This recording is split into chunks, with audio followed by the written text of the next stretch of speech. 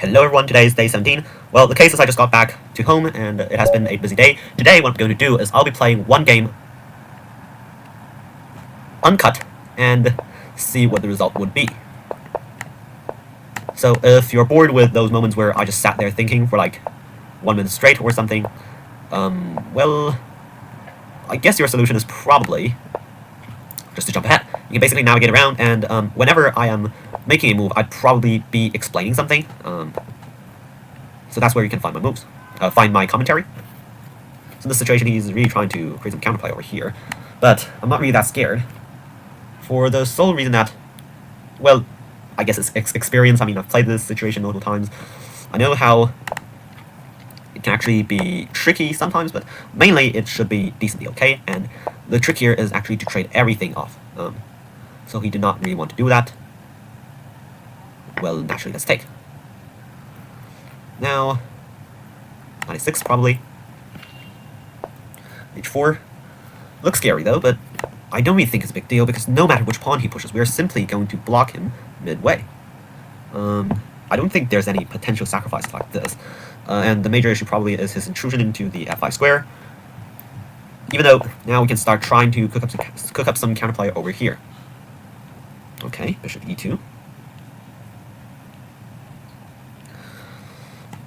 Let's go here and try to play it all the way down. So king c2 was played. I don't think a3 here works because of b3. So it's really hard to think of counterplay over here. So let's try to play this to result in a queen trade.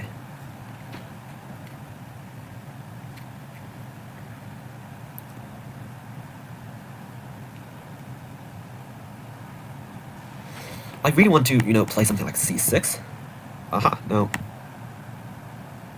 I guess that is blunder. He missed that there's a pin on his f2 queen. So we're winning this pawn, and I don't really think that's such a big deal because of how, like, there is not really much to be attacked on the g file. And now again, we should be trying to play for this. Now, what is that? Let's continue with our plan. This will happen soon. So not e3. I guess he's really trying to occupy this square.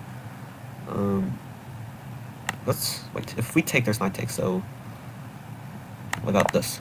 Breaking open the center. Even though we're giving back the pawn, we are still, I think, better because of how potentially after these moves he's going to end up with a weak king.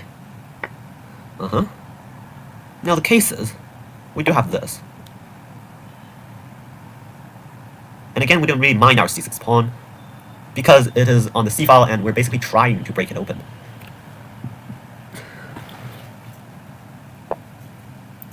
Aha, so knight e3.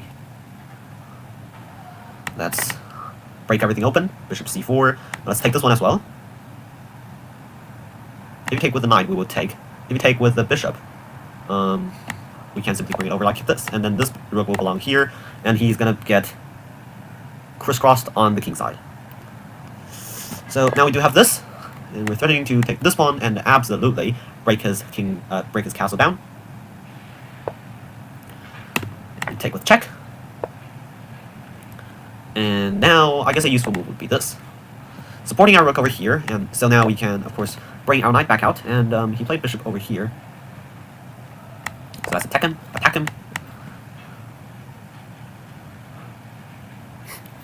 And I've actually got an idea of this, to open this up. So yeah, makes sense. We continue to open things up, and this should be checkmate. Actually, perhaps this also works. Oh wait, it doesn't because of this.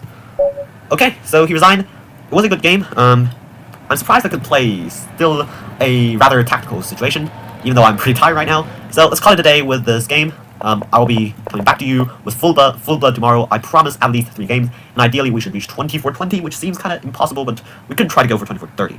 So tune in, and I'll see you tomorrow with renewed energy. Bye.